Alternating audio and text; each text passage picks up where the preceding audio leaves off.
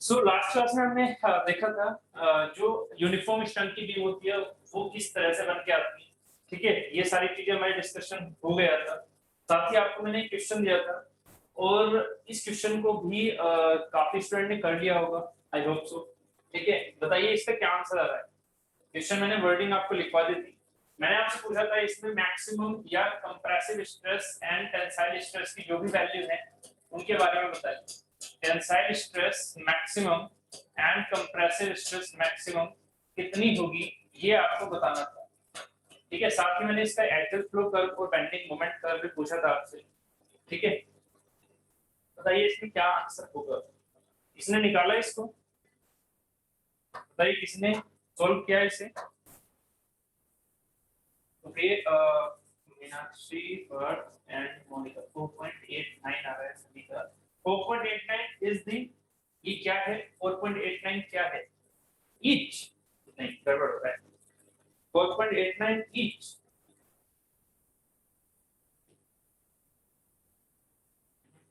यही चीजें देखनी है। ठीक है, मैंने आपसे कहा था ना एडिशन लेफ्ट और एडिशन राइट का भी कॉन्सेप्ट करना है। चलिए फिर स्टार्ट करते हैं इस क्वेश्चन को। जैसे कि इस फिगर में आपको दिख रहा है एक पार्ट हमारे पास ये है, एक पार्ट ये है, यहाँ से इसको पहले इक्विवेलेंट फिगर में कन्वर्ट करना है। तो इक्विवेलेंट फिगर क्या हो जाएगा इसका, ये हमारे पास हो गया ए बी। ठीक है, और इस पर जो फोर्स लग रहा है ये 40 किलो न्यूटन, ये 1 मीटर के साथ इस पर क्या लगाने वाला होगा, एक मोमेंट, और साथ ही ये 40 किधर की और ट्रांसमिट हो जाएगा यहाँ की तरफ। ठीक है, 40 कैसे लग जाएगा यहाँ पर, चाहे तो इस चीज को ऐसे समझ लो या फिर इसको ऐसे भी हम दिखा सकते हैं। कैसे, यहाँ पर लगता हुआ ये 40 है ना, ये सेंस है इसका। ठीक है, क्योंकि हमारे लिए होता है पार्ट ए से सी तक एंड सी से बी तक। तो ये जो भी 40 का है ना, ये 40 का इफेक्ट एक ही होगा, चाहे वो उस पॉइंट से हम ऐसे ले ले चाहे इस पॉइंट से हम आगे की तरफ ले ले। क्यों, क्योंकि मैंने आपसे बताया हुआ है कि जब भी पॉइंट की एनालिसिस करते हैं हम, तो उस पॉइंट को हम जीरो थिकनेस का मानते हैं। और उस पॉइंट की जीरो थिकनेस को मानते हुए जब एक्सटर्नल फोर्सेस की बात करते हैं और पॉइंट की बात कर रहे होते हैं, एक्सटर्नल फोर्स किस पॉइंट पर लग रहा है मैं उसकी बात कर रहा हूँ, तो ये जीरो थिकनेस का माना जाता है। और इस पर जो फोर्स लग रहे हैं वो ऐसे अगर लग रहा है, ठीक है, तो वो AC और CB पर एक सेम इफेक्ट देगा, सेम इफेक्ट देगा। ठीक है, ऐसा कुछ नहीं है कि इस पॉइंट से इस साइड दिखा रहा है, इस पॉइंट से इस साइड दिखा रहा है तो अलग हो गया, कुछ अलग नहीं है, ये दोनों चीजें सेम है। ठीक है, तो मैं एक फिगर को लेके चल रहा हूँ, एक फिगर को ना रफ कर रहा हूँ। ठीक है, तो मैंने ये वाली चीज रफ कर दी। ठीक है, बात क्लियर है, मैंने ये यहाँ पर क्या ले लिया, रफ कर दिया। ठीक है, मैं ऐसे सेंस को लेके चल रहा हूँ। तो नेट इफेक्ट इससे कैसा हो गया, नेट इफेक्ट यहाँ पर ये आया क्या, एक तो आ रहा है 40 किलो न्यूटन मीटर का मोमेंट और साथ ही एक फोर्स आ रहा है यहाँ पर 40 किलो न्यूटन। बात ठीक है, यहाँ रिएक्शंस होंगी। अब ऑब्वियस है, मैंने ये केस आपको बता रखा है। 40 किलो न्यूटन किसके किसके द्वारा पूरा काउंटरएक्ट इसके ऊपर किया जाएगा वो देखिएगा। दैट इज दी ये हमारे पास एक हिंज सपोर्ट है, ये हमारे पास एक रोलर सपोर्ट है। तो हिंज सपोर्ट में जो RAY होगा और यहाँ पर जो RAX होगा, उस RAX की वैल्यू किसके बराबर आ जाएगी, RAX की वैल्यू 40 आ जाएगी और डायरेक्शन हो जाएगी RAX की अपोजिट, डायरेक्शन हो जाएगी RAX की अपोजिट। क्लियर है, यहाँ पर डायरेक्शन ऐसी हो जाएगी क्योंकि और कोई फोर्स तो है नहीं, तो सिंपल हमारा RAX क्या हो जाएगा, 40 के बराबर। ठीक है,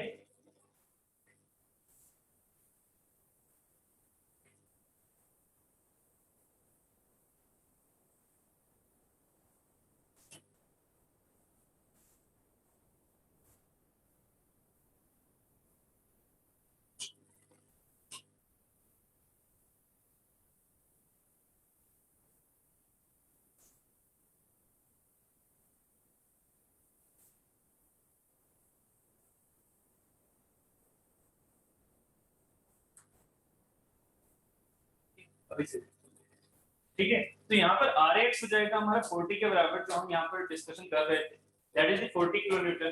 ठीक, तो RX 40 हो गया, यहाँ पर ये 40 लग रहा था, इसके अलावा और कोई फोर्स यहाँ पर AX में नहीं, X डायरेक्शन में नहीं, तो आंसर सीधा आता है। यहाँ पर RAY एंड RBY, ठीक है, RAY एंड RBY, इसकी इक्वेशन मैंने आपको पहले ही समझा दी है, इसकी कैलकुलेशन कैसे होती है वो सारी चीजें मैंने केसेस में समझा दी है आपको चैप्टर 3 में। ठीक है, तो यहाँ से हम डायरेक्टली देख सकते हैं कि जो RAY होगा वो डाउनवर्ड लगेगा या अपवर्ड, आंसर दीजिए, वो डाउनवर्ड लगेगा या अपवर्ड, RAY इसमें डाउनवर्ड लगेगा या अपवर्ड, जल्दी से बताइए इस केस में आर ए वाई डाउनवर्ड है या अपवर्ड? बताओ भाई। डाउनवर्ड क्यों? क्योंकि ये मूवमेंट जो है वो इस डायरेक्शन में जा रहा है, क्लॉकवाइज जा रहा है, तो ये चीज यहाँ पर एक ये जो बीम है ये कैसा मोमेंट प्रोड्यूस करेगी एक्सटर्नल रिएक्शन की हेल्प से, एक एंटी क्लॉकवाइज। तो एंटी क्लॉकवाइज कैसे होगा? जब आर ए वाई डाउनवर्ड हो। ठीक है, तो यहाँ से आप डायरेक्टली निकाल सकते हैं क्या? R A Y and R B Y की वैल्यू। ठीक है, दिस इज द माइनस ऐसे ले लिया। ठीक है, बराबर क्या हो जाएगा? Net moment. नेट मोमेंट कितना है? 40 अपॉन स्पैन लेंथ कितना है? नेट मोमेंट कौन सा? वो फॉर्मूले वाला नेट मोमेंट। ठीक है, net moment upon span length. Span length यहां से यहां पे दे रखी है 8 मीटर। ठीक है, तो स्पैन लेंथ हो गई 8, तो ये कितना आ जाएगा? 5 किलो न्यूटन। ठीक है, तो ये दोनों ही वैल्यू कितनी आ गई मेरी? 5 kilo Newton and 5 kilo Newton. Clear है? ठीक है, तो ये हो गई हमारी आरएक्स एंड आरए। अब जब हम इसको और सोल्व करेंगे फर्दर, तो पहले मैं इसका एक एक्सियल फोर्स डायग्राम बनाऊं और उसके बाद में एक बीएमडी बनाऊं। तो यहाँ पर जो एक्सियल फोर्स डायग्राम बनेगा वो बताइए मुझे क्या बनेगा? एक्सियल फोर्स डायग्राम क्या बनेगा? एक्सियल फोर्स डायग्राम में मैंने एक रेफरेंस ले ली। ठीक है, और रेफरेंस ये है क्या मेरी? Length wise. तो ये है मेरी एक तरह से एक्स। ठीक है, ये रेफरेंस हो गई एक्स लेंथ वाइज। अगर मैं आपसे कहता हूं कि मुझे ये पॉइंट लेना है इसमें, मान लीजिए डी पॉइंट ले रहा हूं, तो डी पॉइंट पर कितना कितना एक्सियल फोर्स है? किधर किधर की डायरेक्शन में दिखाओगे? एक्सियल फोर्स है इस डायरेक्शन में दिखाओगे? आंसर दो मुझे। ये क्या है? This is the graph, note this is not a actual beam, this is the graph. ठीक है, किसका? एक्सियल फोर्स का और डिस्टेंस का। ठीक है, पॉइंट्स का और एक्सियल फोर्स का। तो एक्सियल फोर्स के इसी डायरेक्शन में दिखाओगे? एक्स वाले डायरेक्शन में नहीं, कहां दिखाई जाएगी? वो दिखाई जाएगी वाई डायरेक्शन में, है ना? उस पॉइंट पर लगने वाला एक्सियल फोर्स की एक्चुअल डायरेक्शन है एक्स डायरेक्शन। ध्यान से समझो, एक्सियल फोर्स की एक्चुअल डायरेक्शन है एक्स डायरेक्शन। वाइल जब हम ग्राफ को प्लॉट करते हैं तो एक चीज तो हमने x मान लिया। ठीक है, ये डिस्टेंस हो गई, ये पॉइंट्स हो गए, तो दूसरा हमें ऑब्वियस है y मानना पड़ेगा। तो इस पॉइंट पर मतलब डी पॉइंट पर कितना एक्सियल फोर्स है? 40 का। कैसा है वो? टेंसाइल या कंप्रेसिव? तो आपने एक्सियल फोर्स को जो हमारा टेंसाइल है उससे ऊपर की साइड में सोचा और कंप्रेसिव को नीचे की साइड में सोचा। ठीक है, कंप्रेसिव को नीचे की साइड में सोचा। तो ये बताइए कैसा होगा? टेंसाइल या कंप्रेसिव? जल्दी से। दैट इज द टेंसाइल और कंप्रेसिव डी पर। दिस इज टेंसाइल है तो हमने पॉजिटिव मान लिया, इस चीज को हमने ऊपर दिखा दिया। मतलब ये हो गया मेरा 40 किलो न्यूटन। अब इस पर ऐसा नहीं है कि पॉइंट फोर्स लगा, this is not the point force. ठीक है, पॉइंट फोर्स यहाँ है, बट यहाँ से यहाँ तक एक्सटर्नल पॉइंट फोर्स नहीं है ना, this is the internal point force. तो ये भी फिगर किसका बन रहा है? इंटरनल फोर्स का डायग्राम है, इंटरनल एक्सियल फोर्स का डायग्राम है जो अब आप प्लॉट कर रहे हो। ठीक है, तो यहाँ पर भी 40 आ रहा है। ऐसे ही आप ये बताइएगा मुझे, अब आंसर दीजिएगा। जो ये पॉइंट है, मान लीजिए इसको पॉइंट को हमने बोला था सी, इस सी पॉइंट के एडजेसेंट लेफ्ट, इस सी पॉइंट के एडजेसेंट लेफ्ट पॉइंट पर कितना फोर्स होगा? इस सी पॉइंट के एडजेसेंट लेफ्ट पॉइंट पर कितना फोर्स होगा? अभी भी 40 होगा या नहीं? इस सी पॉइंट के एडजेसेंट लेफ्ट पर कितना फोर्स होगा? अभी भी 40 होगा?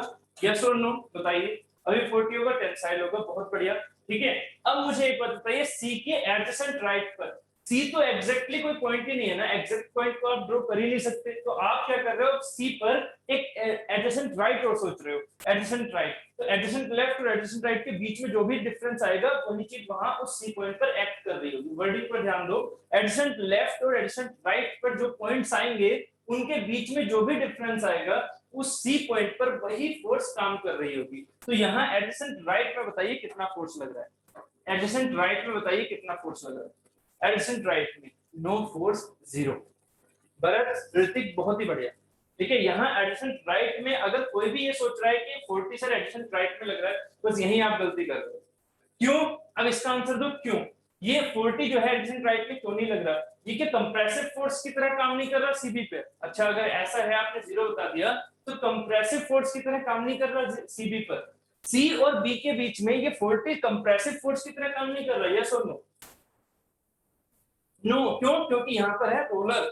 ठीक है, यहाँ पर है रोलर, तो हिंज होता तो 100% ये कंप्रेसिव की तरह काम करता, बट क्योंकि यहाँ पर है रोलर, इस वजह से सिंपली सपोर्टेड बीम में ये वाला जो पार्ट है वो कैसे जा रहा है मेरा? यहाँ पर ये वाला जो पार्ट है कैसे जा रहा है? यहाँ पर मूव कर जाएगा। ठीक है, इस वजह से ये 40 यहाँ पर एक स्ट्रेस प्रोड्यूस नहीं कर रहा सीबी के अंदर। ठीक है। तो सी बी के अंदर जो एक्सियल फोर्स है किसी भी पॉइंट पर लोगे, इस पॉइंट पर मान लीजिए ई पॉइंट है, तो ई पॉइंट पर एक्सियल फोर्स कितना आ रहा है, 0। ई पॉइंट पर एक्सियल फोर्स कितना है, 0। ठीक है, यहाँ पर जो एक्सियल फोर्स है वो है 0। तो इस पॉइंट से जो यहाँ हमने देखा है adjacent left adjacent right, adjacent right पर है 0, एडजेसेंट लेफ्ट पर है 40, इन दोनों को मिला दिया तो यहाँ पर जो ये पॉइंट, ये लाइन आई, ये हमारी एक्सियल एक्सटर्नल फोर्स को दिखा रही है। एक्सटर्नल फोर्स यहाँ पर जो अचानक से प्रोड्यूस हुआ, ठीक है, उसके अपोजिट हमारा जो इंटरनल प्रोड्यूस होगा that is the 40, that is the 40 यहाँ से यहाँ तक। और यहाँ पर भी क्या है, यहाँ पर भी क्या है, एक RAX है, वो भी क्या है 40, this is the also external force. तो यहाँ पर भी एक्सटर्नल फोर्स है, पॉइंट फोर्स है, तो ये भी हमारे पास है 40 का इंटरनल पॉइंट फोर्स दिखाएगा। ठीक है, यहाँ से यहाँ को, इस पॉइंट को हमने मिला दिया, तो ये मेरा बन के आया है axial force diagram, internal axial force diagram for this whole body, internal axial force diagram for this whole body। ठीक है, ये मेरी रेफरेंस थी। इस रेफरेंस पर ये एयर फोर्स, ये यहाँ पर ये एक्सियल फोर्स 0 है, यहाँ पर ये हमारा एक्सियल फोर्स पॉजिटिव। ठीक है, ये हमारे पास फाइनल कंडीशन बन के आ रही है। ठीक है, अब इसी का यहाँ पर बीएम और बना देता हूँ बस, फिर हम आगे कैलकुलेशन करते हैं। ठीक है, इसी का बीएम और यहाँ पर लेके चल रहा हूँ। ठीक है, प्रोसेस तो देख लीजिएगा।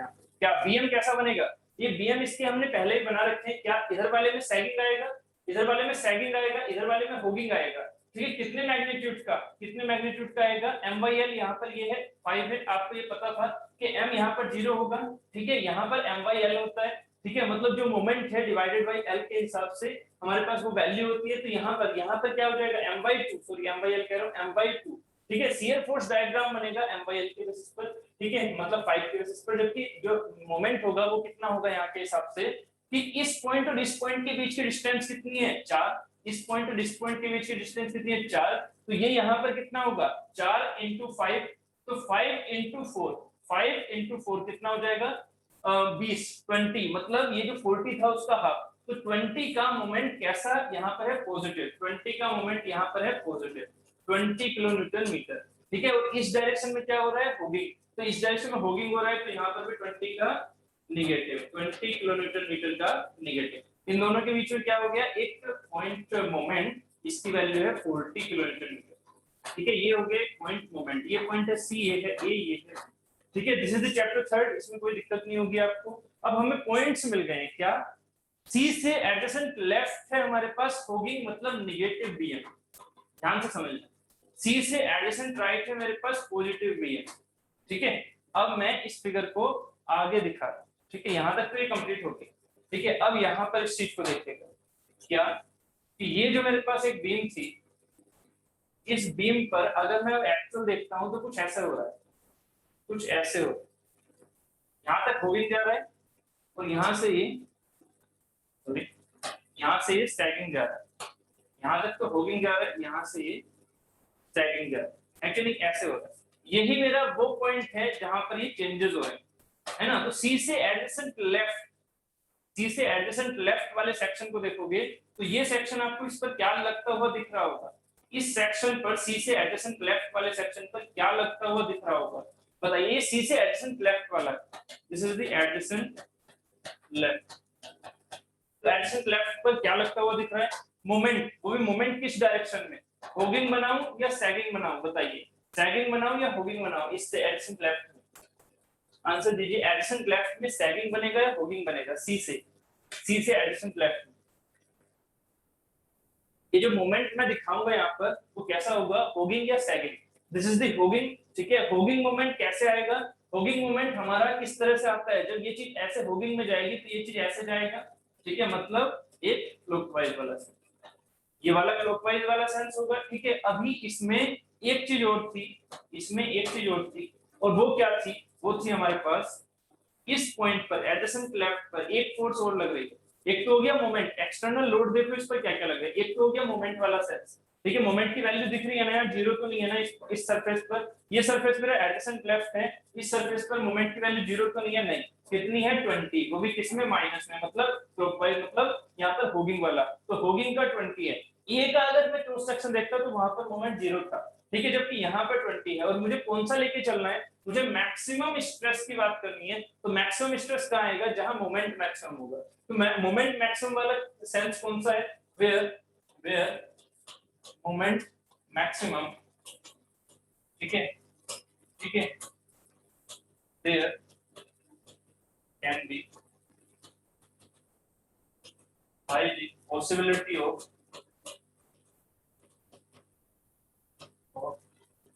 maximum stress, ठीक है, जहां मैक्सिमम मोमेंट होगा वहां मैक्सिमम स्ट्रेस के चांसेस सबसे ज्यादा है। तो मैक्सिमम स्ट्रेस यहाँ पर लगेगी। इस पर एक चीज और है, that is the point, that is the force, जो एक्सटर्नल फोर्स एडजेसेंट लेफ्ट में तो दिखेगा ना, कितने का, 40 किलोमीटर का। तो 40 किलोमीटर का एडजेसेंट लेफ्ट में ये दिख रहा है। अब एक बात बताइए, कौन से फाइबर, ये चीज समझ में आ रही है ना, पीछे की तरफ होगिंग में जा रहा है, इसकी कहानी हमें नहीं देखनी पीछे की, हमें सिर्फ इस सेक्शन की देखनी है। कौन से वाले सेक्शन की, क्रॉस सेक्शन सी की एडजेसेंट लेफ्ट वाले पार्ट, ठीक है। तो अब यहाँ पर ये सोचेगा 40 किलोमीटर की वजह से स्ट्रेसेस क्या आएंगी, और एडजेसेंट लेफ्ट में जो हमारे पास मोमेंट लग रहा है इसकी वजह से स्ट्रेसेस क्या आएंगी। इस मोमेंट की वैल्यू यहाँ पर कितनी है, 20 kilonewton metre. This is not the point moment, it is not the point moment, याद रखिएगा, ये कोई पॉइंट मोमेंट नहीं है, नॉट द पॉइंट मोमेंट, ये सिर्फ और सिर्फ उस पॉइंट पर वैल्यू है।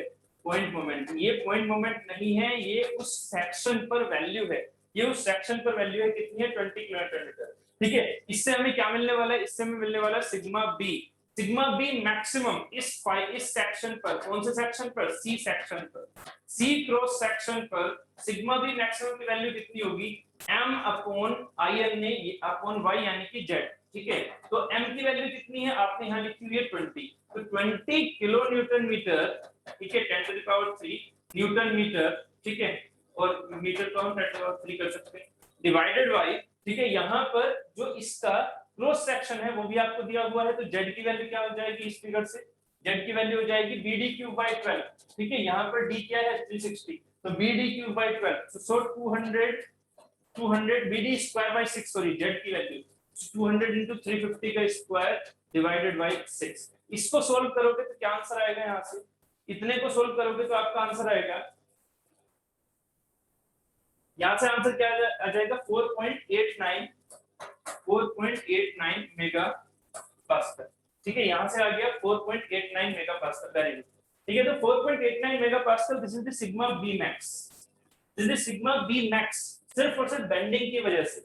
अभी ये m की वजह से निकला है, आपके पास m की वजह से कौन से वाले फाइबर पर ये मैक्सिमम निकली है, या तो इस पर, ध्यान से समझो अब इस चीज को, या तो इस पर या फिर इस पर, है कि नहीं, दोनों ही क्या है, बाई सिमेट्री, दोनों में सेम है। अब इसको मैं इसी डायग्राम को मैं यहाँ पर और बना रहा हूँ, ध्यान से समझना, इसी डायग्राम को मैं यहाँ बना रहा हूँ एक 2D सेंस में, ऐसे, ठीक है। अब जरा सोचिएगा, इस पर इस मोमेंट की वजह से इस पर क्या लग रहा है, एक्सटर्नल बाहर की ओर stress, this is the sigma B बाहर की ओर, and this is the sigma B अंदर की ओर, है कि नहीं, सिग्मा बी मैक्स मेरी बाहर एंड अंदर की ओर ये लग रही है।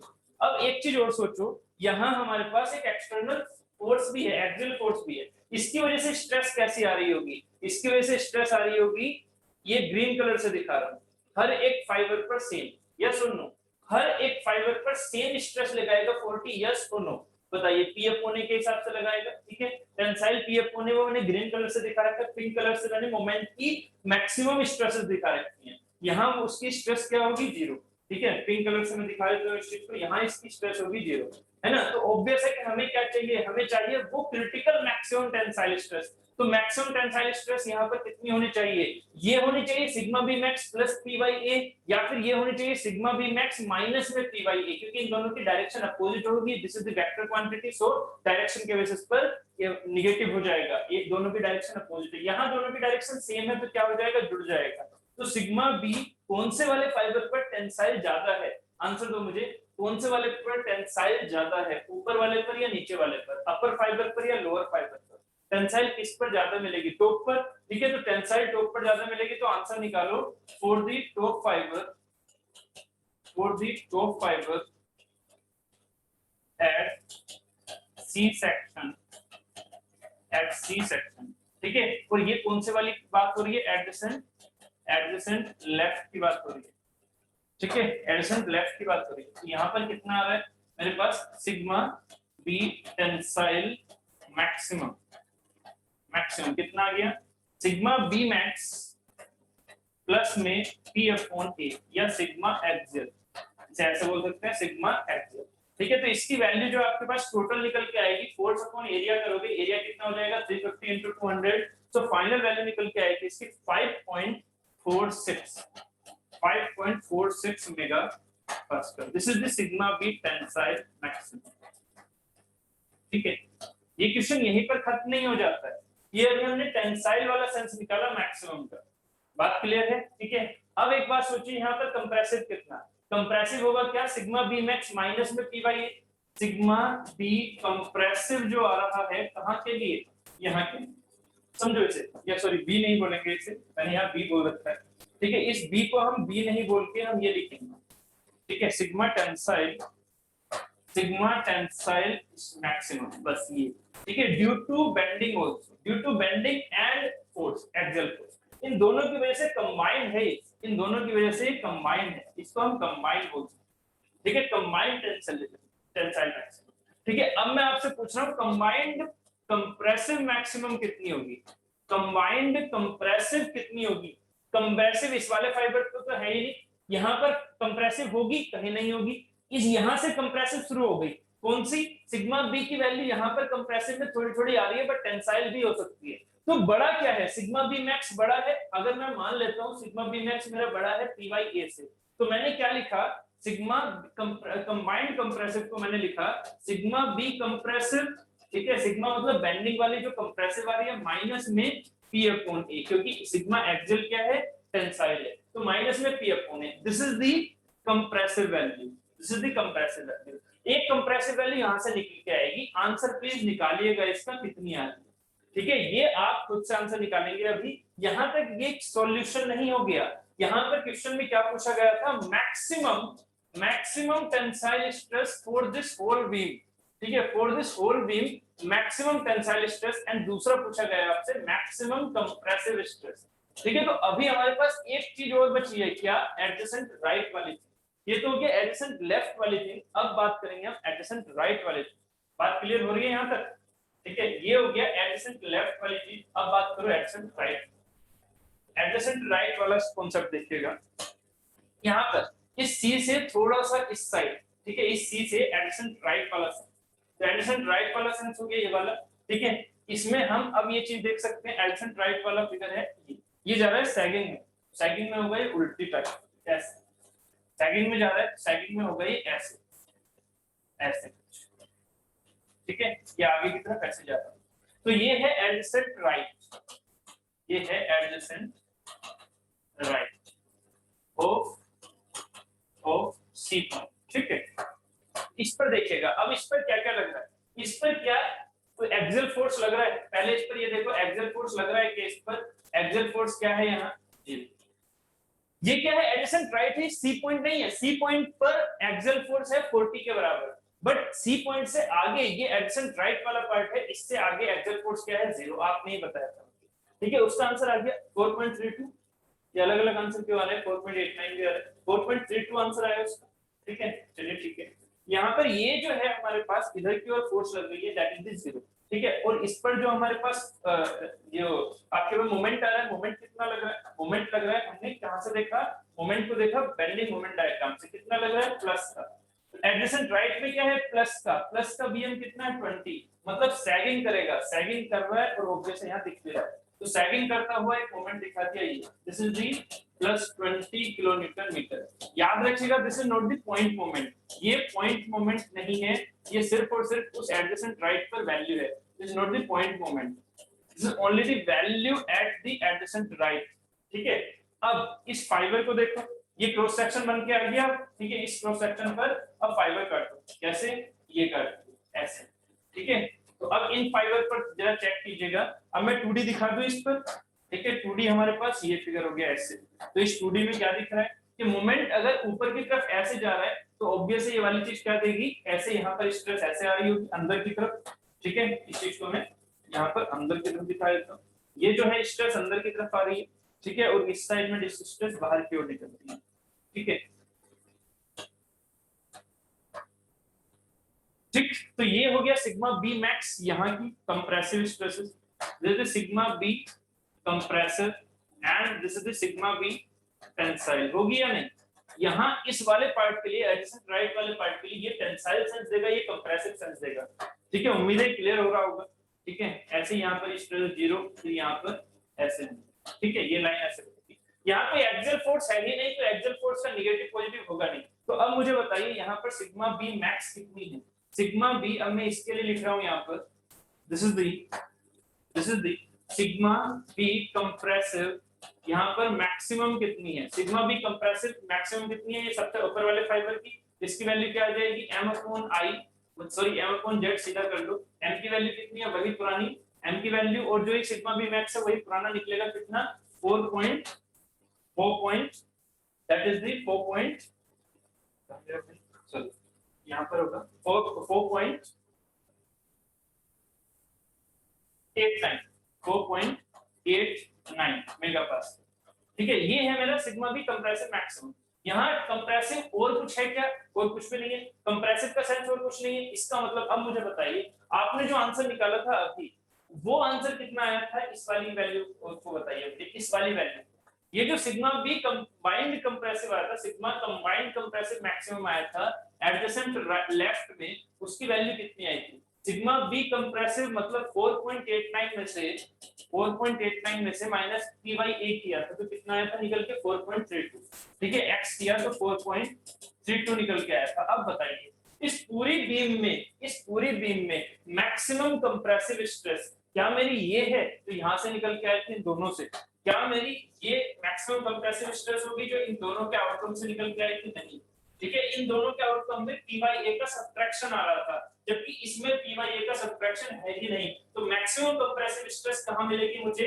एडजेसेंट राइट में। तो याद रखिएगा, इस क्वेश्चन में आपको एकदम बारीकी से समझ में आ रहा होगा मैक्सिमम टेंसाइल स्ट्रेस कहां मिल रही है मुझे? मैक्सिमम टेंसाइल स्ट्रेस मिल रही है मुझे एडजेसेंट लेफ्ट में। एडजेसेंट यहाँ मैक्सिमम टेंसाइल, ये मैक्सिमम टेंसाइल होगी क्या? इस पे भी देखो सिग्मा बी, ये जो टेंसाइल आ रही है दिस इज द मैक्सिमम, और ये वैल्यू कितनी है? फिर से 4.89। इससे ज्यादा स्ट्रेस भी मिल रही है क्या मुझे? इससे ज्यादा मिल रही है। कहां पर मिल रही है? एडजेसेंट लेफ्ट में। कितना मिल रहा है? 5.46। इसका मतलब एडजेसेंट लेफ्ट में मुझे 5.46 ये मिल रहा है मैक्सिमम टेंसाइल। ठीक है, और मैक्सिमम कंप्रेसिव मिल रहा है मुझे, मैक्सिमम कंप्रेसिव मिल रहा है एडजेसेंट राइट। ठीक है, ये कितना मिल रहा है? 4.89। तो 4.89 मैक्सिमम कंप्रेसिव होगा। इससे ज्यादा पूरी बीम में कहीं पर भी कोई सा भी फाइबर नहीं होगा। तो यहाँ पर ये कौन सा फाइबर है? इसे मान लीजिए, इस फाइबर को मैंने ए बोल दिया, ये फाइबर मेरा ए है। तो इस ए पॉइंट पर है मेरी मैक्सिमम कंप्रेसिव, समझ रहे हो? इस ए, ठीक है, इसे ए ना बोल के मैं ये डैश बोल दूं। ठीक है, ये डैश। ठीक है, और मैक्सिमम टेंसाइल स्ट्रेस कौन से वाले फाइबर पर है? मैक्सिमम टेंसाइल स्ट्रेस मैंने यहाँ आपको समझाई हुई है, sigma B max plus py कौन से पर दिख रही है? इस वाले फाइबर पर, मतलब इस वाले फाइबर पर। जैसे मान लीजिए कि ये मेरा है b डैश। ठीक है, तो b डैश पर मेरा यहाँ पर मैक्सिमम टेंसाइल है। अब जरा थोड़ा सा बारीकी समझोगे कि इस बीम में जो आमने सामने के फाइबर है सी पर, ठीक है, इस बीम में जो सी पर आमने सामने के फाइबर, ये वाला फाइबर एंड ये वाला फाइबर, समझ रहे हो? Adjacent left fibre and adjacent right fibre in the upper part adjacent left fibre पर सबसे ज्यादा मैक्सिमम टेंसाइल स्ट्रेस है, दैट इज 5.49। ठीक है, और एडजेसेंट राइट वाले फाइबर पर, ठीक है, वो फाइबर क्या है? अपर वाला फाइबर टोटल फाइबर था, समझो इस चीज को, अपर वाला फाइबर टोटल फाइबर था, और इस टोटल फाइबर में भी तो एक छोटे फाइबर ये मान सकते हैं ना मैसेज कि वो टोटल फाइबर मेरा इन फाइबर से मिलके बना हुआ है, इन छोटे पार्ट्स से मिलके बना हुआ है। क्योंकि हमारे पास क्रॉस सेक्शन में एक लाइन होती है, बस एक क्रॉस सेक्शन में एक लाइन होती है। m हमारा चेंज हो सकता है लेंथ वाइज, तो यहाँ पर m चेंज है लेंथ वाइज, तो इसलिए वो प्योर मूवमेंट था, इस वजह से लेंथ वाइज m चेंज नहीं हुआ था अभी तक की कंडीशन में। यहाँ पर प्योर मूवमेंट नहीं है, इस वजह से हर एक लेंथ पर जो हमारे फाइबर्स कट रहे हैं वो एक लाइन की तरह शो होंगे, और इस वाले फाइबर पर होगा मैक्सिमम टेंसाइल, और इस वाले फाइबर पर है, फाइबर समझ रहे हो? फाइबर अभी वही है, अपर फाइबर ही है, बट उसका ये वाला जो पार्ट है एडजेसेंट राइट वाला, वो दे रहा है मैक्सिमम कंप्रेसिव। समझ में आ गया या नहीं क्वेश्चन? बताइए जल्दी से। छोटी छोटी बारीकियां समझ में आ गई यहाँ पर? जल्दी से बताइए, क्लियर हुआ है या नहीं? ठीक, सभी के रिप्लाई नहीं आ रहे भाई, कहाँ डाउट हुआ है, डाउट आया पूछिए जल्दी से, कहाँ डाउट आया आपको जल्दी से पूछिए, कोई भी कुछ भी अपने माइंड में कुछ भी थ्योरम चल रही हो आपकी तो पूछो। ठीक है सर, इसमें 40 किलोमीटर को बी पॉइंट पर ट्रांसमिट कर सकते हैं by flow of transmission, 40 kilometre को बी पॉइंट पर ट्रांसमिट कर सकते हैं, इस वाले बी पॉइंट पर 40 को, ठीक है, इस वाले बी पॉइंट पर 40 को इस तरह से नहीं, इस सेंस को समझो, क्योंकि यहाँ पर जो हमारे पास 40 किलोमीटर है, 40 किलोमीटर है बाय लो ऑफ ट्रांसमिशन, अगर आप सिर्फ और सिर्फ इस बॉडी की बात कर रहे हो, मेरी बात समझो, आप करने को कर सकते हो बट आपके माइंड में क्या होना चाहिए, स्ट्रेसेस भी चलने चाहिए। हाँ, अगर आपका अमित यादव ये क्वेश्चन सिर्फ और सिर्फ स्ट्रेसेस को हटा के आपका आंसर पूछ रहा है कि हाँ भाई ये चीज हम ऐसे कर सकते हैं, तो बिल्कुल कर सकते हैं, इसमें कोई दिक्कत नहीं है। मटेरियल के अंदर अंदर है ना, ये यहाँ पर 40 लग रहा था, इसको हम बिल्कुल यहाँ पर ट्रांसमिट कर सकते हैं, कोई दिक्कत नहीं है ना। बट प्लीज यहाँ ये गलती मत करना कि इसको ट्रांसमिट करते हुए इससे बाहर निकालना, ठीक है, अगर जैसे इससे बाहर निकालोगे तो माइंड में आ जाएगा क्या कि यहाँ पर भी कोई फोर्स लग रहा है, ठीक है, ये चीज मैंने पहले भी समझा रखी थी, पुल है तो पुल के सेंस में आएगा, पुल पुश के सेंस में नहीं जाएगा वहां पर, ठीक है, बात क्लियर है। तो ये जो आपका अगर सिर्फ और सिर्फ एक सेंस वाला क्वेश्चन है कि हाँ लो ट्रांसमिसिबिलिटी लगा सकते हैं, तो लो ट्रांसमिसिबिलिटी हमेशा वैलिड होगी अगर मटेरियल फुल है, अगर बीच में एयर गैप नहीं है तो मटेरियल फुल है, लो ट्रांसमिसिबिलिटी हमेशा वैलिड होगी। बट यहाँ आपकी स्ट्रेस कंडीशन अगर देखनी है तो इस लो ट्रांसमिसिबिलिटी का कोई यूज नहीं हो रहा है, गलती मत करना कि हाँ आपने यहाँ पे 40 लगा दिया तो सर ये तो 40 एक्सियल फोर्स लग तो रहा है सर इस पॉइंट पर, नहीं भाई ऐसे नहीं बोलेंगे कि एक्सियल फोर्स 40 लग रहा है, एक्सियल फोर्स 40 लग रहा है, ठीक है, एक्सियल फोर्स 40 लग रहा है, बट हमारे लिए क्या होता है, हमारे लिए होता है एक्सियल स्ट्रेसेस, यानी कि जो हमारे पास स्ट्रेसेस आ रही है उनका हमें सेंस लेके चलना है। बात क्लियर है? ठीक है, बात क्लियर है एकदम, ठीक है, चलिए आगे चलें। ठीक, यहाँ पे कंप्लीट हो गया, यहाँ पे कंप्लीट, ठीक, अब एक और क्वेश्चन कीजिएगा जल्दी से, ठीक है, सिर्फ लास्ट टाइप में लेके चल रहा हूँ यहाँ पर,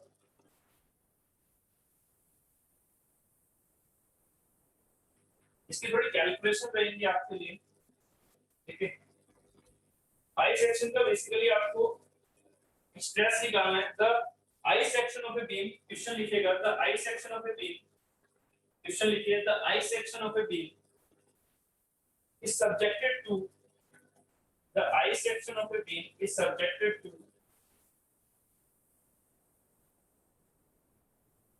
the I section of a beam is subjected to sagging bending moment. The I section of a beam is subjected to sagging bending moment of 6 kilonewton meter.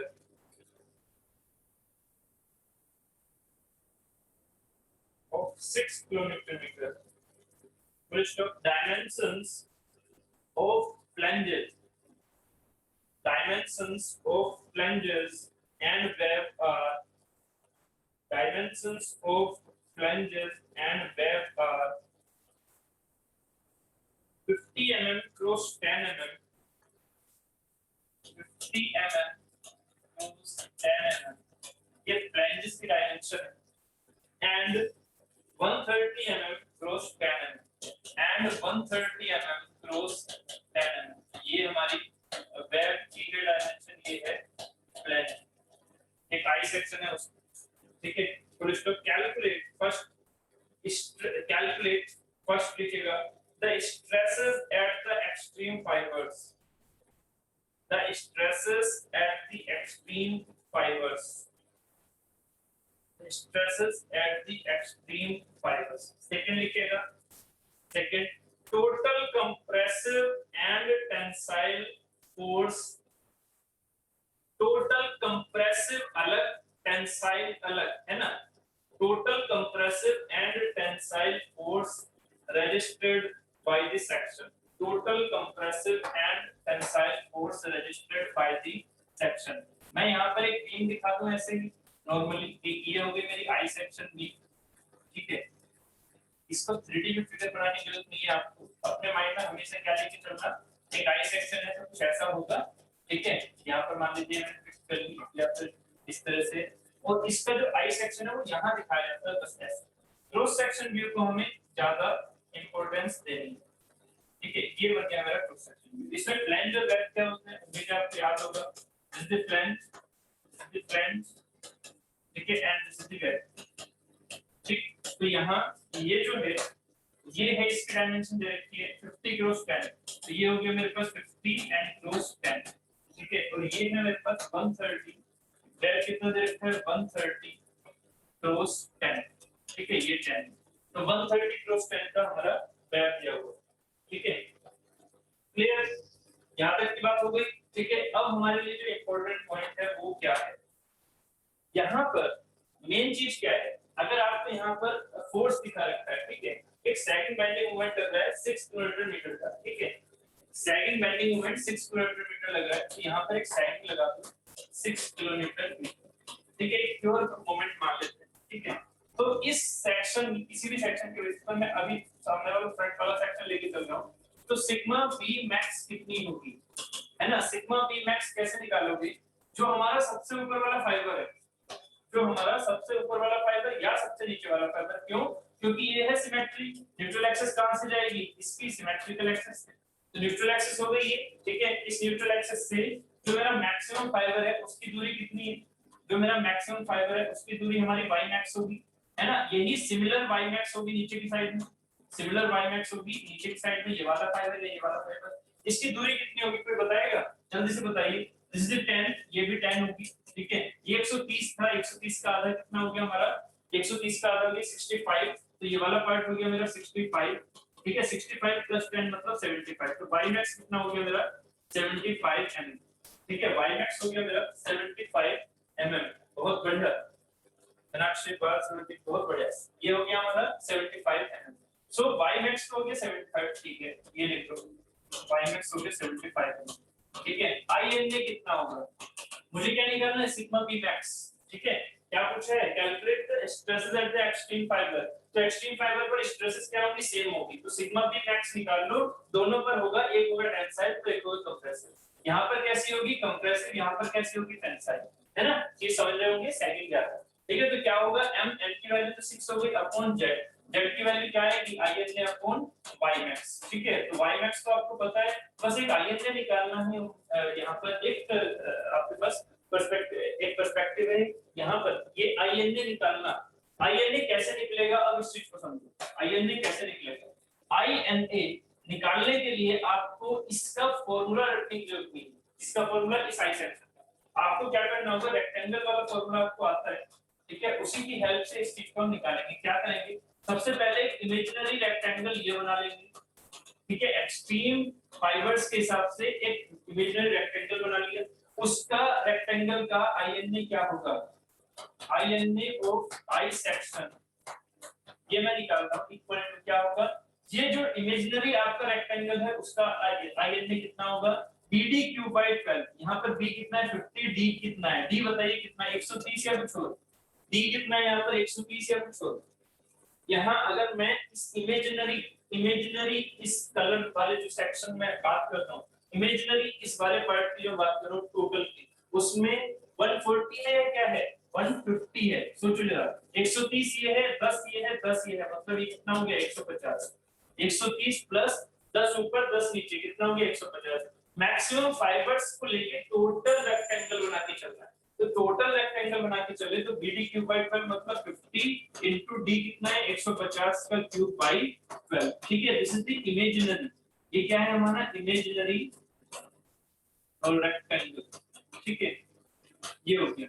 अब ये जो है टोटल INA, इसमें से मुझे क्या घटाना होगा, इसमें से जो ये वाला पार्ट गायब है यहाँ से, जो एयर का पार्ट है उसे घटाना होगा, तो मुझे क्या घटाना होगा, इसमें से एक तो ये वाला पार्ट घटाना होगा, इसे मैंने दिखा दिया ऐसे, एक तो मुझे ये पार्ट घटाना होगा और दूसरा मुझे ये पार्ट घटाना होगा। बाय सिमेट्री अगर मैं एक ही कैलकुलेशन कर लूं तो उसके 2 टाइम्स कर सकता हूं, सोच जरा, बाय सिमेट्री अगर मैं इसका INA बता दूं इतने पार्ट पे जो व्हाइट कलर से दिखाया था उसका 2 टाइम्स कर दूंगा, तो बस मैं यहां पर यही चीज लेके चल रहा हूं, माइनस में 2 times of this imaginary rectangle, ठीक है, जो ये इमेजिनरी रेक्टेंगल है उसका INA, ठीक ठीक है, तो इसका ये क्या है यहाँ पर, इसको भी यहीं पर लिख देता हूँ। इसका ये क्या होगा, BD क्यूब बाई 12, इसका B कितना होगा यहाँ से यहाँ तक, इसका B बताइए कितना होगा, इसके B की कैलकुलेशन करो कितनी होगी, ये कितना है 50 50, तो ये वाला कितना है 10, तो कितना बचेगा ये 40, टोटल बचा 40, 40 का हाफ कर दोगे कितना बचेगा 20, ठीक है, तो इधर भी 20, क्लियर है, ये कितना हो गया 20, आंसर भी आ गया, बहुत बढ़िया, ठीक है, ये हो गया 20, D कितना है, D है यहाँ 130 जो आपको दिया हुआ था, D यहाँ 130 है, तो BD क्यूब बाई 12, तो यहाँ पर -2 INA की वैल्यू क्या लिख सकते हो आप, BD क्यूब मतलब 20 into D कितना है 130, तो cube by 12, this is the INA of the I section, INA of the total I section क्या होगा, ये माइनस में 2, ये गलती स्टूडेंट यहाँ कर देते हैं, 2 की मल्टीप्लाई कर देंगे, 2 की मल्टीप्लाई कीजिएगा क्योंकि यहाँ दो सेक्शन बनते हैं, तो दो सेक्शन बन रहे हैं, तो एक ये एयर गैप हटाना है, एक ये एयर गैप हटाना है, ठीक है, तो इन दोनों को हटाने के लिए 2 की मल्टीप्लाई करके एक सिमेट्रिकल ये वैल्यू निकालते हैं, फाइनली इसकी वैल्यू निकल के आ रही है, INA की वैल्यू निकल के आ रही है 6.74 into 10 to the power 6.74 into 10 to the power 6 mm की पावर 4 6 mm की पावर 4, ठीक है, ये हमारे पास इसकी टोटल INA I सेक्शन की वैल्यू निकल के आएगी, ये वैल्यू इसमें रख दोगे, ठीक है, m upon INA of I section, ठीक है, इनटू में ymax हो जाएगा, ऊपर जाके यहाँ पर इसकी वैल्यू क्या है 75 मेगापास्कल, इसकी वैल्यू क्या है 6 किलोमीटर मीटर, ठीक है, mm में रखो सारी चीजें, न्यूटन में रखो सारी चीजें, आंसर क्या निकल के आ जाएगा,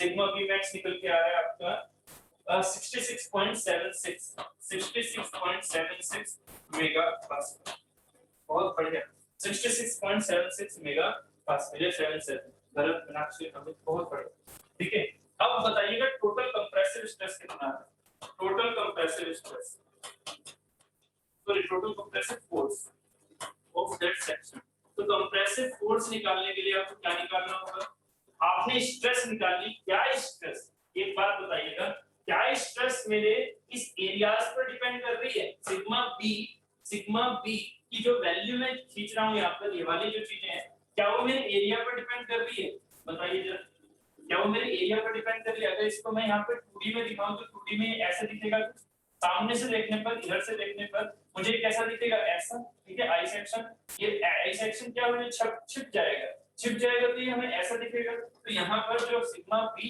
अंदर की तरफ जा रही है वो ये है, ठीक है, और सिग्मा बी जो बाहर की तरफ आ रही है वो ये है, तो ऑब्वियसली स्ट्रेस ये आ गई, यहाँ 0 होगा, तो इतने वाले पार्ट पर क्या है कंप्रेसिव, इतने वाले पार्ट पर क्या है टेंसाइल, इतने वाले पर कंप्रेसिव, तो क्या ये मेरी एरिया पर डिपेंड कर रही है, नो, ठीक है, तो यहाँ पर क्या हो जाएगा कि मेरे पास जो फोर्स होगा वो इसका sigma average, sigma B compressive वाला एवरेज इनटू में एरिया, और एरिया किसका होगा, एरिया होगा क्रॉस सेक्शन का, कौन सा क्रॉस सेक्शन है वो, यहाँ से देखिएगा, this is the cross section जो कंप्रेशन में, जो ब्लू कलर में दिखाया है that is the cross section जो कंप्रेशन में है, और इस वाले कलर को अगर मैं देखता हूँ यहाँ पर ये क्या है मेरा टेंसाइल, ये वाला जो पार्ट है इसमें टेंसाइल है, तो एरिया यहाँ का निकालो, ये एरिया प्लस ये एरिया दोनों को जोड़ के टोटल एरिया निकल जाएगा यहाँ से यहाँ तक का, ब्लू का, ठीक है, उसकी मल्टीप्लाई कर दो किससे, उसकी मल्टीप्लाई करो सिग्मा बी कंप्रेसिव एवरेज से, एवरेज की वैल्यू कितनी होगी 66.76 का आधा, क्यों, क्योंकि 66.76 है मैक्सिमम, ठीक है, ये 0 हो गया तो मैक्सिमम और 0 का आधा कितना हो जाएगा उसका एवरेज, ठीक है, तो आंसर क्या आ जाएगा यहाँ से, आंसर आ जाएगा 1/266.76, this is the average into area, area की वैल्यू कितनी हो जाएगी 10 गुना 50, 10 गुना 50, ठीक है, प्लस में ये एरिया टोटल लेके चल रहा हूं, 10 into 50 प्लस में ये वाला पार्ट कितना बचेगा 130 का आधा मतलब 65 into 10, यहाँ पर ये वाला पार्ट कितना बचेगा 65 into 10, ये हो गया टोटल एरिया, इससे मल्टीप्लिकेशन करोगे तो आंसर आएगा आपका निकल के 38.38, बहुत बढ़िया 38.38 किलोमीटर, मीनाक्षी अमित बहुत बढ़िया, 38.38 kilo Newton is the answer, this is total compressive force मतलब FC टोटल, ऐसे ही हमारे पास सिमिलरली FT टोटल आ जाएगा टेंसाइल फोर्स की 38.38 किलोमीटर क्योंकि बाया सिमेट्रिक, ठीक है, तो यहाँ पर कंप्रेसिव लग रहा होगा टोटल एवरेज फोर्स 38.38, टेंसाइल लग रहा होगा नीचे वाले सेक्शन में 38.38, ठीक है, तो आई सेक्शन वाले भी क्वेश्चन हो गए, ठीक है, प्लीज असाइनमेंट करते रहिएगा, ठीक है, असाइनमेंट कर लीजिएगा इससे रिलेटेड, ठीक है, अब हम चलते हैं इसके सेकंड पार्ट पर, ठीक है, अब हम चलते हैं इसके सेकंड पार्ट पर, ये हो गया प्योर बेंडिंग से रिलेटेड चीजें, या फिर बेंडिंग मोमेंट एंड जो बेंडिंग स्ट्रेसेस होती है सिंपल उनसे रिलेटेड चीजें। बेंडिंग स्ट्रेस कौन सी वाली स्ट्रेस होती है? Normal stress. यहाँ पर जितनी भी हमने बात की है वो फाइबर पर कैसी लग रही थी? वो फाइबर पर नॉर्मल लग रही थी। जो सिग्मा बी लग रही है वो फाइबर के नॉर्मल लग रही है। इस फाइबर के नॉर्मल, कौन से फाइबर के? ये जो लाइन खींची आपने इस फाइबर के नॉर्मल है, ठीक है, तो सिग्मा बी नॉर्मल बोलते हैं। तो बेंडिंग स्ट्रेस हमारी अभी तक की नॉर्मल वाली स्टडी हमने कर ली है। अब हम चलते हैं अपने शियर स्ट्रेस वाले पार्ट पर, ठीक है। अब हम चलते हैं अपने शियर स्ट्रेस वाले पार्ट पर। इसको हम बोल सकते हैं part 2 of chapter 4, part 2 of chapter 4, ठीक है। इसमें क्या है? शियर स्ट्रेसेस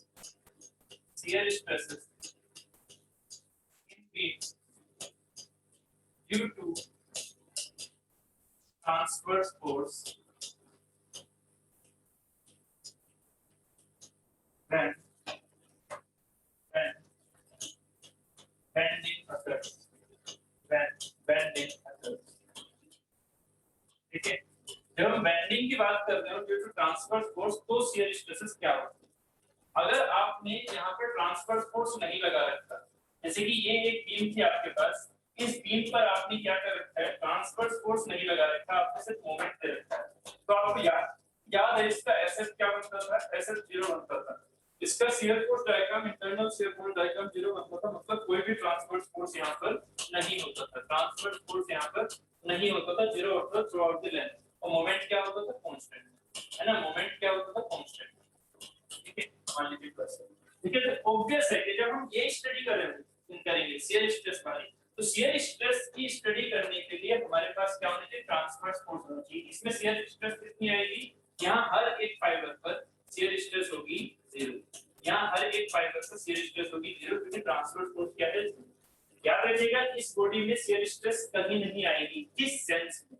ये भी गलती मत करना, किस सेंस में? इसके ट्रांसवर्स प्लेन में। ऐसे वाले प्लेन में शियर स्ट्रेस कभी नहीं है, ठीक है। बट अगर प्लेन ही आपने ट्रीटेड ले लिया तो शियर स्ट्रेसेस आने के चांसेस है।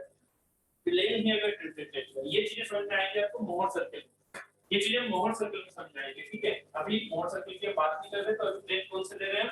क्रॉस सेक्शन वाले, क्योंकि stress is a tensor quantity. अगर प्लेन चेंज कर दोगे तो स्ट्रेस की वैल्यू भी चेंज हो जाएगी। अब हमारा प्लेन कौन सा है? Vertical plane. हर जगह हम रेफरेंस क्या लेके चल रहे हैं? वर्टिकल प्लेन, उसमें फाइबर ढूंढ रहे हैं, ठीक है। वर्टिकल एंड हॉरिजॉन्टल का खेल खेल रहे हैं बस, ठीक है। तो बेंडिंग अकर्स, तो हमने एग्जांपल लिया, मान लीजिए है एक एग्जांपल से लेके चला इस चीज को। मान लीजिए आपके पास बीम है एक रेक्टेंगुलर शेप की, इस पर आपने एक पॉइंट फोर्स लगा रखा है यहाँ पर ऐसे। आपके सिलेबस में जनरली पॉइंट फोर्स से रिलेटेड क्वेश्चन है, यूडीएल से भी आप कर सकते हैं, कोई दिक्कत नहीं है। बेसिक फंडा में पॉइंट फोर्स से समझा रहा हूं, ठीक है। देखो यहाँ पर एक पी फोर्स लग रहा है, मान लीजिए कैंटिलीवर है, ठीक है। शियर स्ट्रेसेस कैसे प्रोड्यूस होते हैं, क्या उनका फिजिकल सिग्निफिकेंस होता है, उस चीज को लेके चलूंगा, ठीक है। बहुत ज्यादा डेप्थ में नहीं लेके चलूंगा, क्योंकि ये ज्यादा आपके क्वेश्चंस नहीं आते हैं इन चीजों से, ठीक है। बट हाँ डेप्थ बस एक कांसेप्ट जरूर बताऊंगा, इसका एक छोटा सा डेरिवेशन भी कराऊंगा, इस फॉर्मूले का इस रिलेशन में क्या रिलेशन निकलता है, ठीक है। अब देखिएगा जरा, यहाँ पर एक पी फोर्स लग रहा है ऐसे, इसमें अगर बेंडिंग हो रही है, अब ध्यान समझना, इसमें अगर बेंडिंग हो रही है, इसका 2D फिगर भी लेके चला मैं, this is the 2D figure, ठीक है। यहाँ पर एक पी फोर्स लग रहा है, इसमें अगर बेंडिंग हो रही है तो ये बेंडिंग अब ऐसे जाना, ठीक है। बेंडिंग का ऐसे जाना, this is the theoretical concept, this is the theoretical concept. But इसमें क्या होगा? इसमें ये फिगर ऐसे जाएगा, इसमें ये फिगर ऑलमोस्ट ऐसे जाएगा, इसमें ये फिगर ऑलमोस्ट ऐसे जाएगा। याद है कि क्यों ऐसे जाएगा, ये लास्ट में समझ में आ जाएगा जब मैं यहाँ पर कंक्लूड कर रहा हूँ फाई को, स्ट्रेन को कंक्लूड कर रहा हूँ शियर स्ट्रेन को, तब आपको समझ में आ जाएगा ये ऑलमोस्ट फिगर ऐसा जाएगा, ना कि ऐसा, ठीक है। बात क्लियर है? चलो, तो इस पी फोर्स की वजह से, इस पी फोर्स की वजह से होता क्या है, इन चीजों को समझो। यहाँ पर ये हमारे पास फाइबर है, इस फाइबर को ले लिया हमने, दिस इज द फाइबर ऐसे, ये हो गई इस तरह से फाइबर्स, ठीक है। ये फाइबर्स आप इस तरह से आगे की ओर चला सकते हो, ठीक है। ऐसे ये फाइबर्स आपको यहाँ पर आगे की ओर दिखाते हैं ऐसे, ठीक है। ठीक, अब इन फाइबर्स में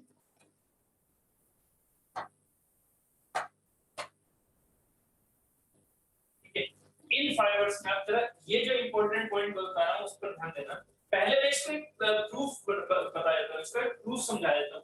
प्रूफ समझने के बाद मैं इसकी फाइबर्स की एक एनालिसिस करूंगा इन डेप्थ कि फाइबर में एक्चुअल में होता क्या है।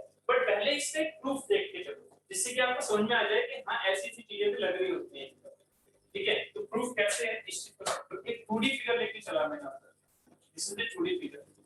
इस 2D फिगर से मैंने एग्जांपल के तौर पर ये मान लिया कि ये मेरे पास मान लीजिए एक है x1 सेक्शन, ये मान लीजिए x सेक्शन है, x2 सेक्शन। एग्जांपल के तौर पर ये सिंपल एग्जांपल लेके चलता हूं।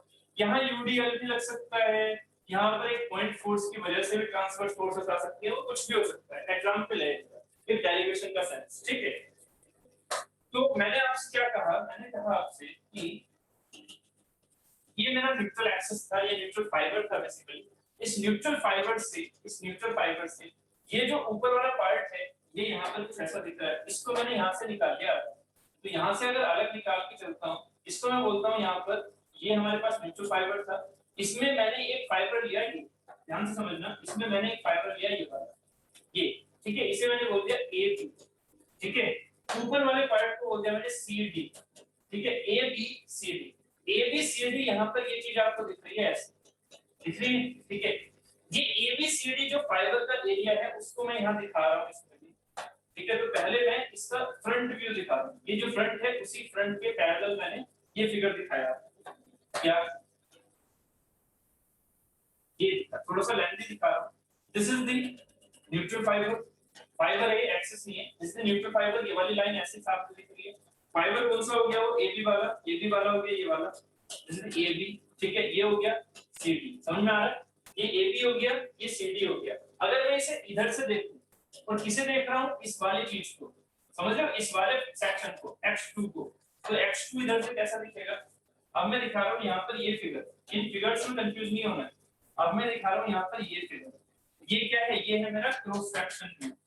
क्रॉस सेक्शन व्यू, ठीक है, तो इस क्रॉस सेक्शन व्यू में ये पॉइंट क्या होगा, कोई बता पाएगा ये पॉइंट क्या दिखेगा क्रॉस सेक्शन व्यू में। अगर आप इसकी थिंकिंग, इसकी थॉट समझ के चल रहे हो, तो जब मैं इसे ऐसे देख रहा हूं तो ये वाला पॉइंट क्या दिखेगा बताइए। दिस इज द AB में कौन सा वाला पॉइंट होगा, ये B।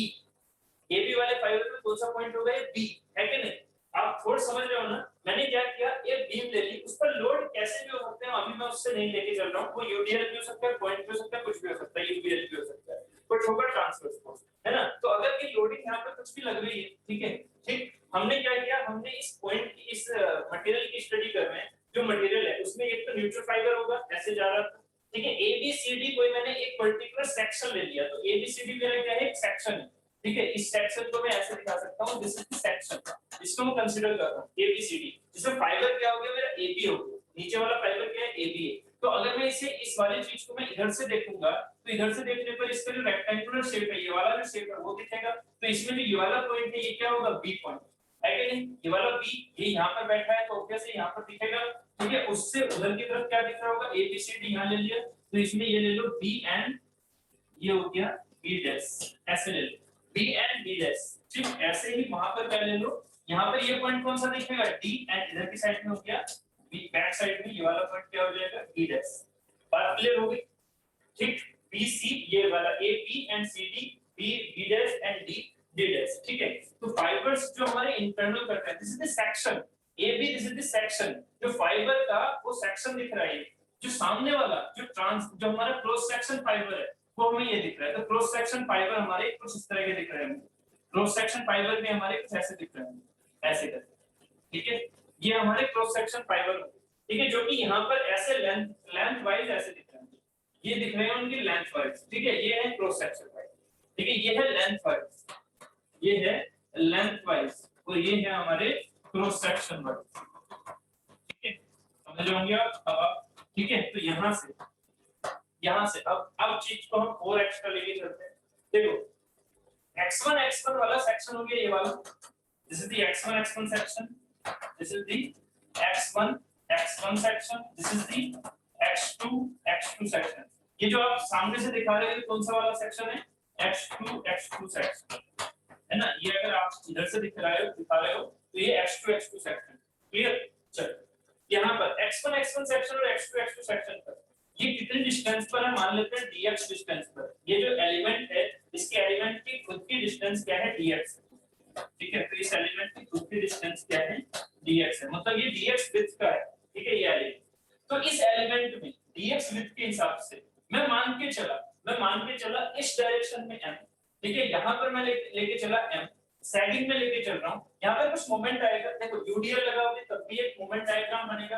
भाई बीएमडी तो बनता है ना, यहाँ पर अगर ऐसे लगा रहे हो आप, इसका बीएमडी क्या होता है एग्जांपल के तौर पर, इसका बीएमडी क्या होता है, इसका बीएमडी ये जाता है, ठीक है। इसका यूडीएल का बीएमडी कैसे जाता है, ये जाता है, ये क्या है ट्रांसवर्स फोर्स है, ट्रांसवर्स फोर्स है, तो इसका मतलब बीएम क्या होगा चेंज होके आएगा। तो यहाँ मान लीजिए ये जो आपने एक्स ये डीएक्स सेक्शन काट दिया यहाँ से, तो इस डीएक्स सेक्शन में ये तो m है, तो ये m प्लस dm ऐसा मैंने मान लिया है ना, एक पॉजिटिव सेंस लेके चल रहा हूँ, m इधर m प्लस dm इधर, ठीक है। तो m इधर और m प्लस dm इधर, तो मैंने यहाँ पर सोच लिया कि ये लग रहा है m मोमेंट और ये लग रहा है यहाँ पर m प्लस dm मोमेंट, समझना इस चीज को, ये लग रहा है m, ये लग रहा है m प्लस dm। क्यों लिया, ये मैंने पॉजिटिव सेंस लिया। ये क्या है मेरा लेंथ वाइज क्रॉस सेक्शन, तो लेंथ वाइज क्रॉस सेक्शन जो मैं हेड सेक्शन लिया करता था वही कॉन्सेप्ट एक तरह से यहाँ आ रहा है, बट यहाँ हेड सेक्शन का मैं dx बड़ा लेके चलता हूँ, एक सिग्निफिकेंट अमाउंट लेके चल रहा हूँ फिलहाल के, ठीक है, समझाने के लिए आपको। तो dx क्या हो गया m और m प्लस dm। ऐसे ही अगर मैं इसमें s की बात करूं, शियर फोर्स की बात करूं, तो शियर फोर्स का पॉजिटिव सेंस क्या होता है ऐसे कि s इधर की तरफ ऐसे लग रहा है और s इधर की तरफ ऐसे लग रहा है। ऑब्वियस है कि अगर मैंने dx को कुछ सिग्निफिकेंट अमाउंट लिया हुआ है तो s अगर ये लग रहा है तो मैं इसे क्या लिख सकता हूं s प्लस ds, इसे ऐसे लिख सकता हूं s प्लस ds, जैसे कि यहाँ m था और इस dx के बाद में m प्लस dm हो गया, क्योंकि x में कुछ ना कुछ चेंज हो रहा है ऐसा मैं मान के चल रहा हूं। तो यहाँ s था तो ये वाली चीज क्या होगी s प्लस ds, ये भी मैंने पॉजिटिव सेंस लिया और सेकंड भी मैंने पॉजिटिव सेंस लिया, दोनों चीजें क्लियर हो गई। अब यहाँ से क्या होगा, यहाँ से अब क्या होगा उसको समझिएगा कि मैंने अगर मैं यहाँ पे फोर्स या स्ट्रेसेस की बात करूं, आउटकम क्या है मेरा स्ट्रेसेस निकालना, तो यहाँ इस m की वजह से इस वाले सेक्शन पर, कौन से वाले सेक्शन पर x1 सेक्शन पर जो स्ट्रेसेस होंगी वो कैसे दिख रही होंगी, एक अलग से फिगर और बना लेता हूं यहाँ पर, ठीक है। इसी फिगर को ज्यादा खोज ना करते हुए मैं इस फिगर को अलग से बना लेता हूं।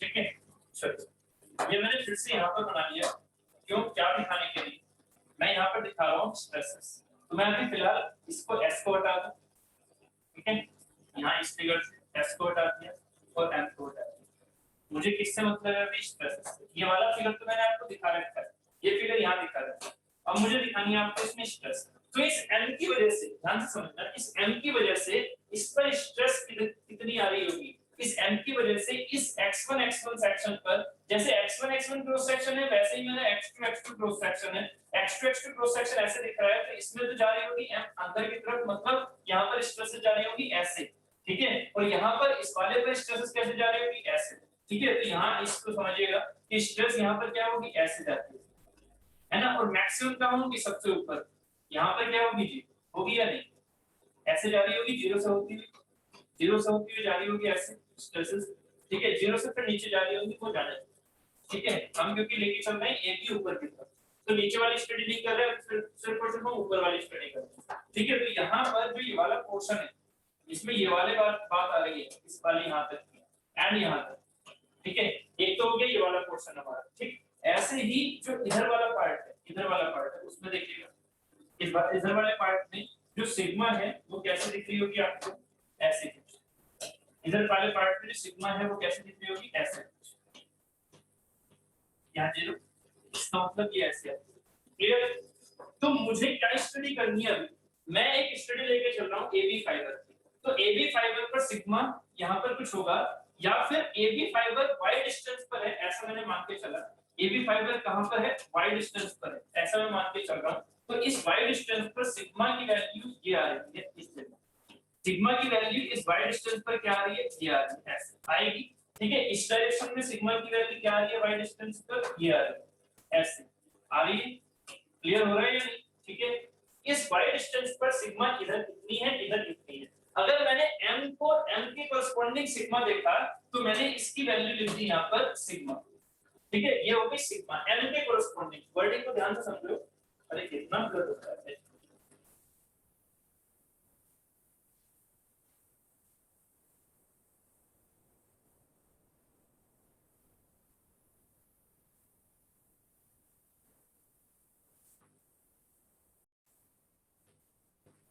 ठीक, हाँ तो बात क्या कर रहा था मैं, आप खुद से आंसर दो। अगर मैं यहाँ m के बेसिस पर सिग्मा लिखता हूँ, इसे m के बेसिस पर मैं इस AB फाइबर पर सिग्मा लिखता हूँ, तो m प्लस dm के बेसिस पर क्या यहाँ पर भी सिग्मा लिख दूंगा मैग्नीट्यूड में। क्या m प्लस dm के बेसिस पर यहाँ पर आप सिग्मा लिखोगे इसे, या कुछ और लिखोगे? दीजिए आंसर, प्लीज समझो इस चीज को और आंसर दो। पहले ये बताओ कि यहाँ तक समझ में आई भी है कहानी है नहीं, यहाँ तक कहानी समझ में आई भी है या नहीं? शेयर स्ट्रेस मैं क्या लेके चल रहा हूँ, कुछ पता भी लग रहा है? या सब हवा हवाई हो रहा है? बताओ जल्दी से, पता भी लग रहा है या नहीं लग रहा है कुछ, मैं क्या लेके चल रहा हूँ? ये क्या है, ये क्रॉस सेक्शन है। ये क्या है, ये क्रॉस सेक्शन है ना, ये वाली चीज क्या है, मेरी क्रॉस सेक्शन है या नहीं? ये मेरी क्रॉस सेक्शन है ना? अरे कुछ तो आंसर दो यार, एक तो बात बड़ी ठीक। ठीक है, ये क्रॉस सेक्शन नहीं है, और सब कहां गए? ठीक है, नाश्ता पानी कर रहे हो क्या? ये क्रॉस सेक्शन है या नहीं है, ये वाली चीज नहीं। ठीक है, साफ होना।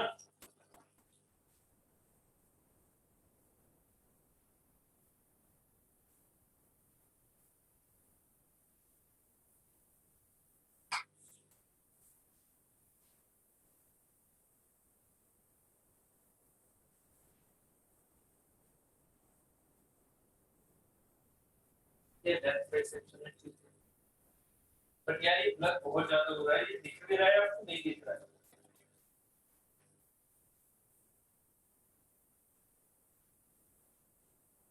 वही ना यार, एस तो अभी थोड़ा सा क्लियर है।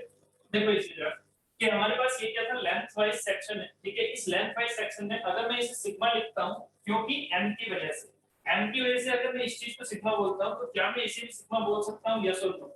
आंसर दो। नहीं, इस चीज को मैं सिग्मा बोल सकता हूं? नहीं, इसको मैं क्या बोलूंगा, इसे मैं बोलूंगा सिग्मा प्लस d सिग्मा। इसे मैं क्या बोलूंगा, सिग्मा प्लस d सिग्मा, क्योंकि यहाँ का m अलग है, यहाँ का m अलग है। ठीक है, चलो